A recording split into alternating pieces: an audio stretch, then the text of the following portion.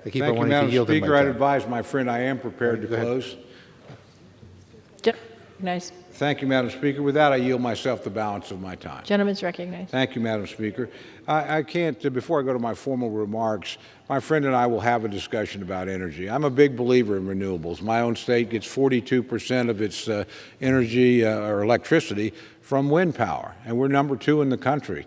I'd put our record up against anybody. So we really do believe in all the above, but we're very proud of having produced energy for over 100 years for this country in abundance, far beyond our needs, and exported them at reasonable prices. I'd also remind my friend, whatever the prices are, and I wish they were lower, they're cheaper here than just about any place else in the world. And we can thank literally the thousands of people I'm privileged to represent, but many of us represent over 10 million of the men and women that actually produce the energy this country needs and, frankly, the rest of the world needs right now. I don't think they ought to be demeaned. I don't think their motives ought to be questioned. They are an extraordinary group of people, and they are patriotic and step forward whenever we need them. When times are bad, nobody seems to care what happens to them.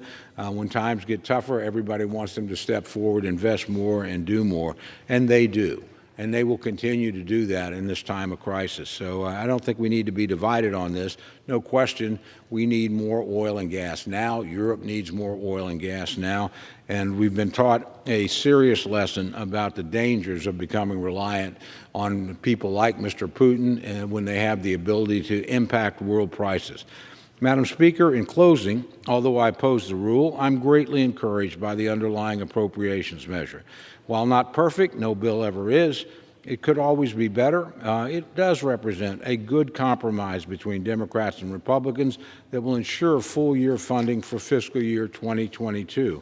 The bill before us continues Congress's policy of increasing our investments in defense spending, which is of critical importance at this time of global crisis. It provides for needed investments in health, including increasing funding for combating future pandemics and research into diseases like cancer. It funds education, infrastructure, energy production, roads, and care for our nation's veterans. It includes also, and I want to thank my friend for doing this, his proposal for a much-needed White House conference on hunger, and it's an area we work together, and I'm proud to acknowledge his leadership in that. It is, in sum, a bill Congress can collectively be proud of, and it's a bill that does the right thing for the American people. On the Russia oil ban, I am disappointed that Democrats walked away from a strong bipartisan bicameral deal that could have united us as a Congress and led to swift passage in the Senate. As it currently stands, it's unclear what a fate awaits this legislation in the Senate.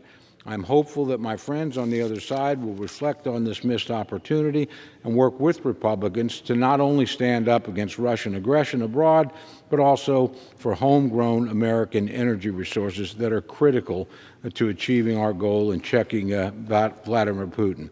And on the new $15 billion unpaid-for COVID supplemental, the data is clear that there are already adequate resources available.